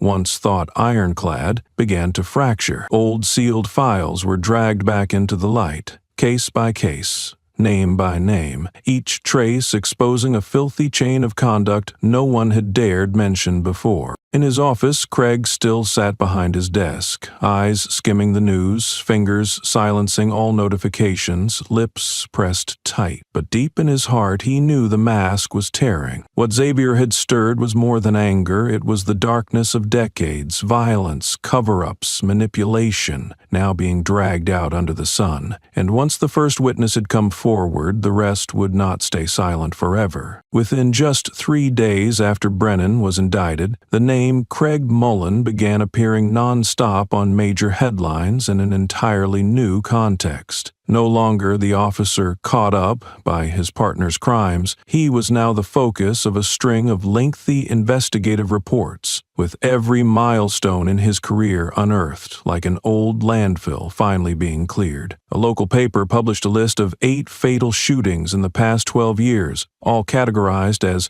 misfire due to suspicion, each one signed off by Craig Mullen. The names in that list were forgotten by most, but when their images, old, black, frail, and overlooked, were pieced together on a giant screen in the studio, a chill spread through the viewers. A man in his 60s, vision dimmed by diabetes, was shot while searching for his car in a parking lot. An elderly woman walking home from church, purse and a loaf of bread in hand. A retired elementary school teacher living alone was shot at her doorstep for moving suspiciously. In every case, Craig was the officer filing the report, drawing the conclusion that the victim posed a threat, writing into the record an excuse that would forever erase accountability. National media joined in. The major network devoted a primetime segment to the case of Esther Hall. In a live interview, a former Marine Corps sergeant was invited as a tactical advisor, but he did not wait for the host's questions. As soon as he appeared, he sat upright, stared directly into the camera, and said, "I know Xavier Hall. His code name is Phantom 6. Note because he's good at hiding, but because when he acts, no one is left alive to talk about it. When he acts so," the host tried to interject, but the sergeant continued, his tone hard as cold iron. "If Xavier's been silent for too long, it means someone is about to die. Trust me, I've been with him on 2 missions the Pentagon still won't acknowledge." Social media exploded after that statement. Within an hour, Xavier Hall's name surpassed every trending figure, becoming the nation's most searched topic. Some praised him as the son of justice, others worried, questioning whether the country was breeding warriors or ticking time bombs. But one thing could not be denied. The emergence of Xavier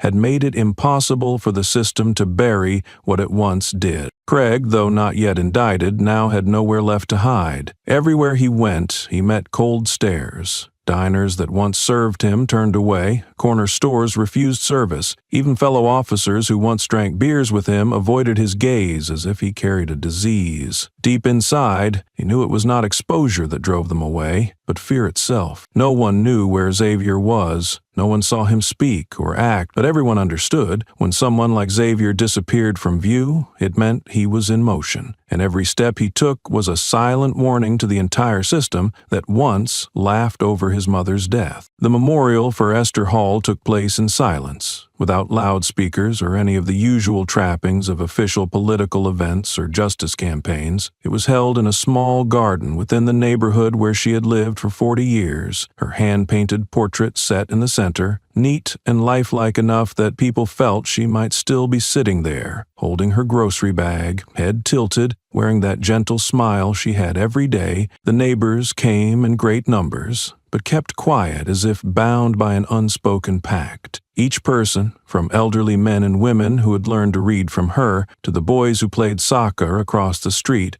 walked past, bowed, and left either a yellow daisy or a handwritten note. A child stood bewildered beside his mother, not understanding why the death of an old woman could cast such a pall over the entire neighborhood. Then, suddenly, like a cold wind from afar, 7 men walked into the memorial. No one knew where they came from, and no one asked. Each wore a plain shirt, jeans, heavy leather shoes, dark glasses, and faces cold as stone. They spoke not a word, nor paused to explain their presence. They lined up, exactly 3 steps from Esther's portrait, standing still for 15 seconds, as if counting out each breath. The person in charge of maintaining order started toward them, but stopped halfway. One of the 7 approached the portrait, pulling a small badge from his chest pocket, silver gleaming in the afternoon sun. He affixed the badge to the black-flamed portrait, right at the heart of Esther's image. Not a sound was made, but everyone watching felt as though an invisible force had just branded the space. On the badge was a golden hawk with outstretched wings and a deeply engraved line that would not easily fade. No one touches the blood we were born from and walks away. No one touches the blood we were born from and walks away. The words seemed to thicken the air. Old people squeezed each other's hands. A few young women cried for reasons they could not name, feeling only that these silent men carried pain so heavy it made the world itself go quiet. An old man in a wheelchair at the corner of the memorial murmured, "Delta Force, that's them." After pinning the badge, the man returned to the line. All 7 bowed their heads at the same ritual angle, then turned and walked away, every step heavy as a funeral drum. They did not stop when someone lifted a phone to film. A glance from their leader was enough to lower every camera. No one dared ask their names. No one dared call out. Every gaze understood. They had not come to mourn. They had come to deliver a warning. When the group of veterans disappeared down the alley, Esther's portrait remained, now more than the image of a victim. It had become a symbol of what no one, not even the most powerful, would dare to offend again. A community had lost its mother, and the sons born of battle, of blood and memory, had come to declare they would never let it happen again. 4 days after the memorial,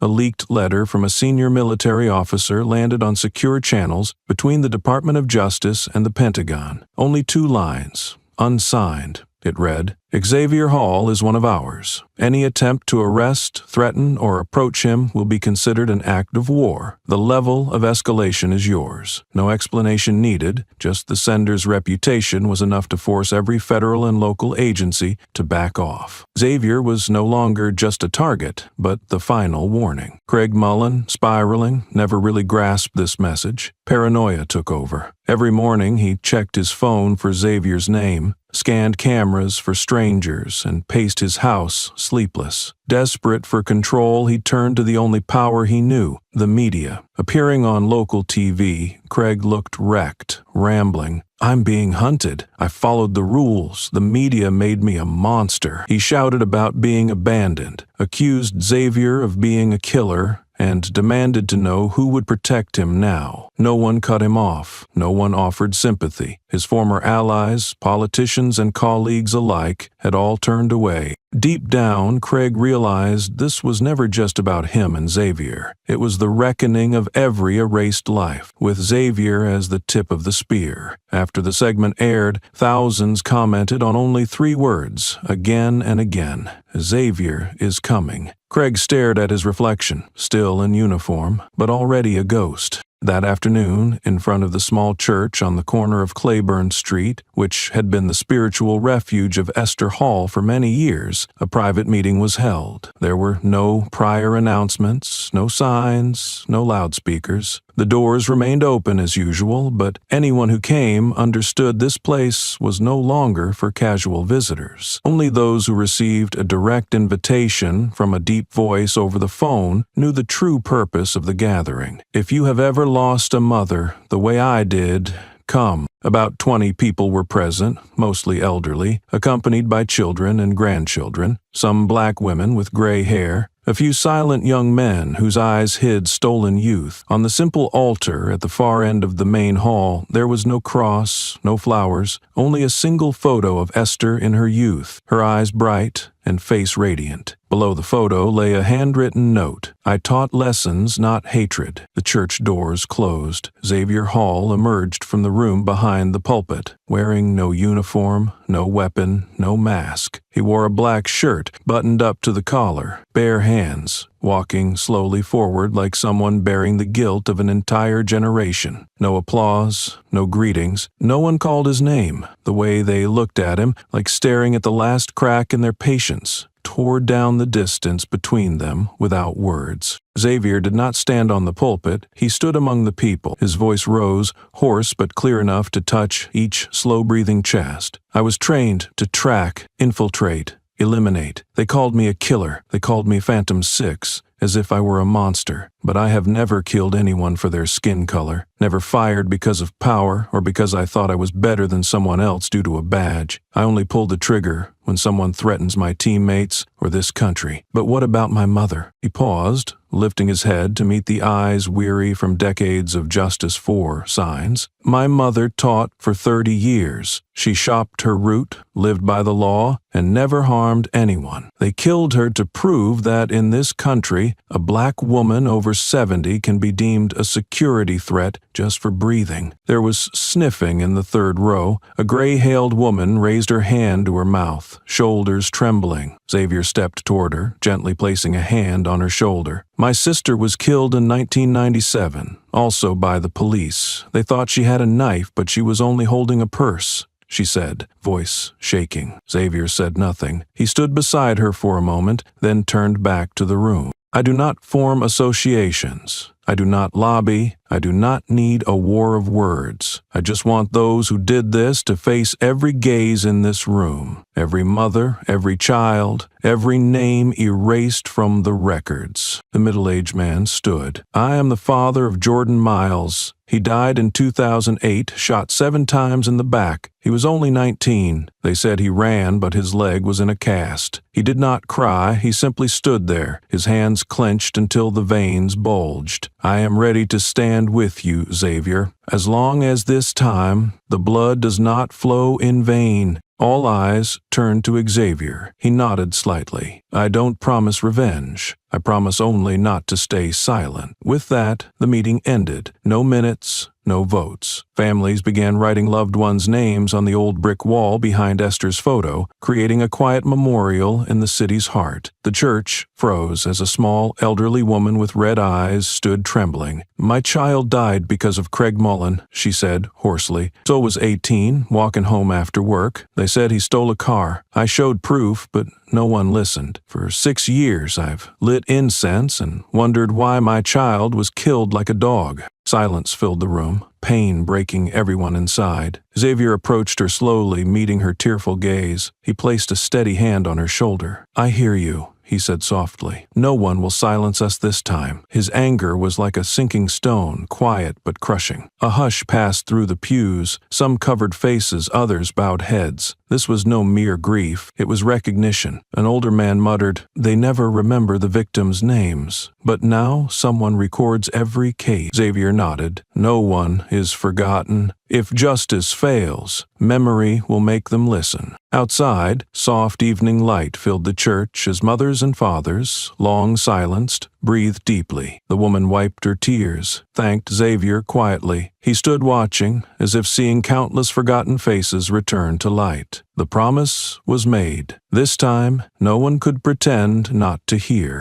Brennan Foy woke up with a ruthless headache, as if his skull were being crushed from the inside. The white hospital ceiling lights blurred, shining directly into his eyes, making his mind spin like a boat lost in a storm. The scent of antiseptic mixed with sweat was pungent, like an uncleaned wound. His wrists were stretched tight. Looking left, a steel chain was hooked to the handcuffs, tightly gripping his wrist on the iron bed frame. His other hand was no better off. He groaned softly, but no one came near. A guard stood at the door, leaning against the wall, his eyes empty, as if he had seen too much he shouldn't have. When Brennan tried to look up, the guard said only one sentence, Lucky the bullet missed. If it hit your heart, you wouldn't be seeing any of this. No one asked why Brennan had tried to kill himself. No psychological reports, no excuses. Everyone knew he was running away. Not from guilt, but from a nameless fear that crept into every night. He used to mock others with the law, but now the law felt like a blade cutting his face with each strike. Meanwhile, Craig Mullen still wore his uniform, still went to the station, still carried his badge, but the eyes around him were no longer those of comrades. No handshakes, no standing side by side during roll call. In the cafeteria, he sat alone, his tray full but cooling amid a silence heavy like a hanging sentence. Whenever he entered a room, voices stopped, not out of respect, but contempt. A veteran officer with salt and pepper hair threw a paper coffee cup straight into the trash as Craig approached. "You're no brother. You're a tumor in uniform." His voice wasn't loud, but it echoed across the room. Craig froze, clutching a folder he hadn't put down. His face went from pale to flushed red, yet no one reacted. No one intervened. Because everyone understood, he spoke for the whole department's unspoken truth. Craig once hid behind his duty to demean, abuse, and manipulate others, but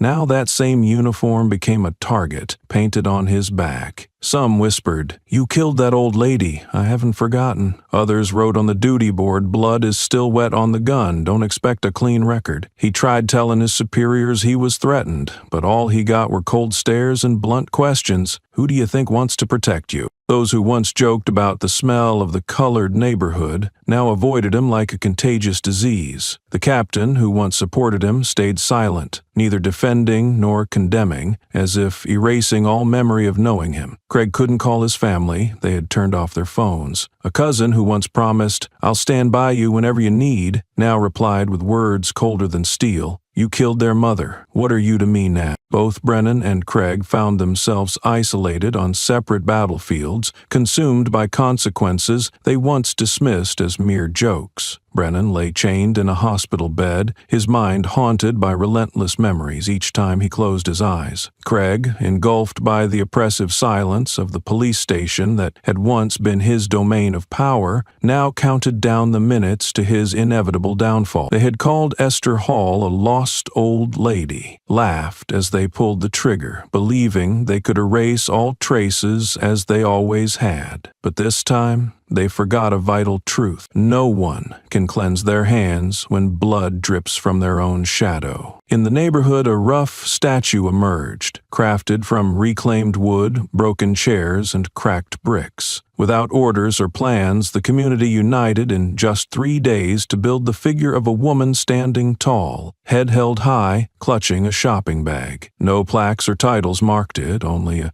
crude, red-painted wooden sign nailed at its base, declaring, "Our Mother." Though no one spoke it aloud, all understood that those words transcended bloodlines. They honored a black mother, killed in broad daylight for simply existing where safety was expected. Once reduced to statistics and buried in silence, Esther's memory now stirred the community. People visited daily. Some left flowers, others brought her favorite cake, and children carried scribbled drawings bearing her name. Some came only to stand briefly, turning away as if afraid to cry. Many never knew her, but stood firm, gripping lampposts, their eyes sharp beneath the watchful gaze of distant police officers. The officers dared not approach. They knew the people's silent witness was fiercer than any protest. On a rainy, late afternoon, the wooden statue soaked up the downpour, paint streaking onto the ground. No one covered it. They let the pain seep back into the blood-stained street. Then a gray SUV appeared, its headlights off and door opening silently. Xavier Hall stepped out, no umbrella or guards, his presence commanding stillness. The crowd paused, no one calling his name, but his stride froze everyone like stone. Xavier approached the statue. His eyes were deep hollows, absorbing all light, steady breaths, swallowing the screams inside him. He neither knelt nor touched the wood, but stood face to face with it. The crowd parted, one by one removing hats, heads bowed in the pouring rain. For 10 minutes, Xavier remained still, drenched from shoulder to heel, his soaked shirt dripping onto the wrist that once led countless raids. He did not wipe his face or speak. bike. Then, as silently as he came, he turned, walked back to the SUV, entered without a word, and the vehicle disappeared into the rainy street. Behind him, the statue stood resolute. The red paint of Our Mother bled with the rain, staining the ground like fresh blood, a stark reminder that some deaths should never fade into silence, and those who turn away in the rain may only be gathering strength for a greater storm yet to come. The federal hearing room was unlike any place Craig Mullen had entered before. No radios crackled, no hands hovered near guns, and no one snapped orders to clear the way. Every gaze was sharp and unforgiving, like blades fixed on his neck. The defendant's chair sat low, forcing him to look up and feel small before the counsel. Craig wore a worn suit, wrinkled tie, and his hair was askew. He looked older by a decade, desperate for a familiar face, but found none, only cold strangers. Outside, the crowd chanted endlessly, "Esther Hall, justice! Esther Hall, justice!" The prosecutor presented the audio recording, video clips, GPS data, autopsy reports, and witness statements. Solid evidence with no room for doubt. The recording captured Craig drawing his weapon, Esther's pleas, and laughter over the radio after the shot. There was no defense. "Mr. Craig Mullen,"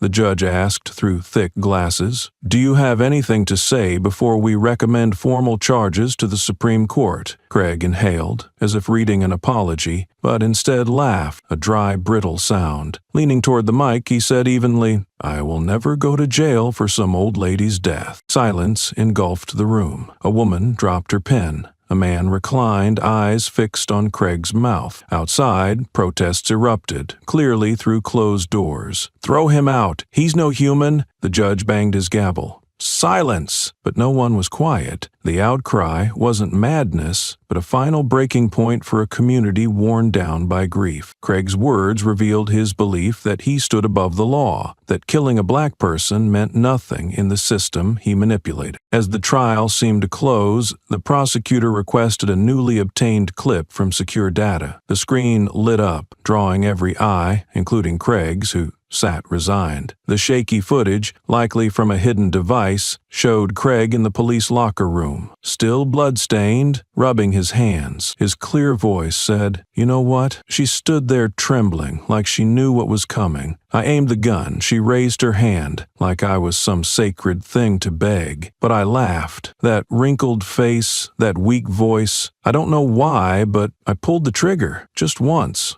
Light as a feather. Then I told the others. She resisted, and they believed it. They always do." The room remained silent except for the recording. Craig leaned back, feet on a chair. "I thought I'd feel remorse, but I don't. Maybe I'm used to it. Another old black woman down. Who cares? Lawyers will handle it. I'm fine." When the clip ended, the room was still. The stenographer's hands shook. Some council members turned away. The presiding judge paused before saying, "The council has heard clearly." Craig bowed his head, then slowly looked toward the back where Xavier sat motionless. Suddenly, Xavier rose. Without a word or glance, he walked out with steady footsteps, parting the crowd like water. Even the two officers by the door instinctively stepped aside. On Xavier's lips was a faint smile, not of victory nor revenge, but a quiet promise to his mother, "I've done enough." Outside, rain began to fall. Xavier lingered under the courthouse awning, eyes lifted to the sky as if listening to an unspoken call. In his hand, a small bouquet was still warm from his grip during the hearing. He placed it on the courthouse steps, then turned and left as quietly as he came. Craig was escorted out the back by two officers, but unlike before, no one acknowledged him. They walked silently, as if escorting a man fallen into an abyss, awaiting his final crash. Inside, only the judge's clumsy gavel echoed, mingling with whispered words. "If justice doesn't come from this court, it will come from somewhere else." The sentence was handed down on a Monday afternoon under the harsh sunlight filtering through the thick glass windows of the federal courthouse. Craig Mullen was sentenced to life imprisonment without parole for first-degree murder and intentional evidence tampering. The verdict was read in a steady, emotionless voice, yet everyone present felt the resonance echo in their chests, like the long-awaited knock of justice. No reporters were allowed to film,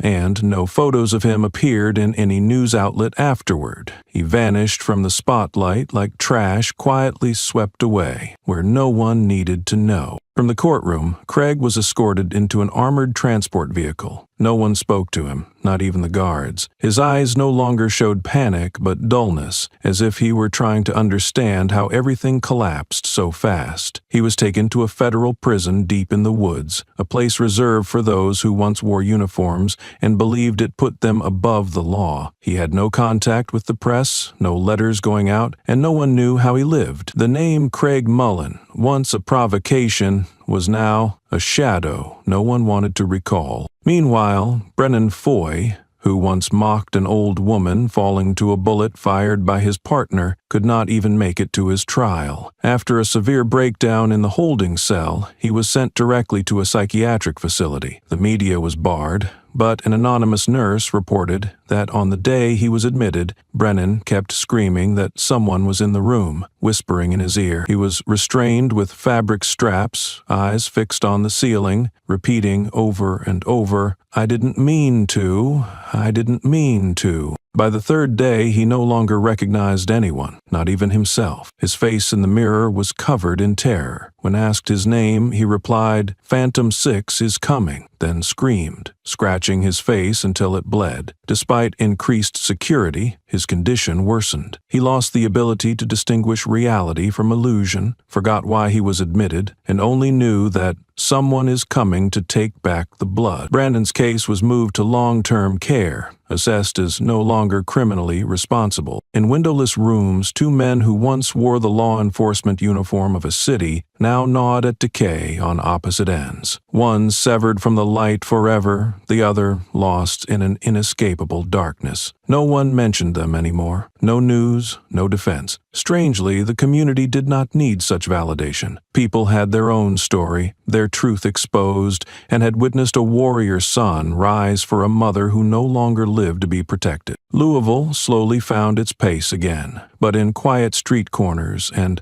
small memorials. Whispers of Xavier Hall lingered like a passing storm, leaving a deep scar. A city that once ignored nameless deaths was forced to confront its reflection. At the center of this upheaval, two men who once claimed to uphold the law became stark reminders of what must never happen again. A federal task force was quietly formed, amid resistance from local law enforcement. Pressure now came not from the media, but from Congress, where black legislators and veterans demanded answers about a series of elderly black deaths, dismissed as unverifiable. Named Project Esther, the investigation uncovered manipulated data, altered footage, and missing records that exposed high-level collusion. Cases of accidental police shootings of black suspects were traced from small towns to big cities nationwide. The investigators worked under heavy secrecy. Many hid their identities, changed contact details, or were sidelined by unseen pressures. Yet they pushed deeper, using advanced military software to decode blurry videos and cross-recture of evidence. Each link to Esther's case shed light on hidden victims, erased from internal memorials that no one saw. A chilling map of death zones emerged, areas marked in red where elderly black individuals vanished after sudden police stops, routinely labeled as threats who forced officers to shoot. Police servers mysteriously deleted related files, citing backup errors, now scrutinized as deliberate cover-ups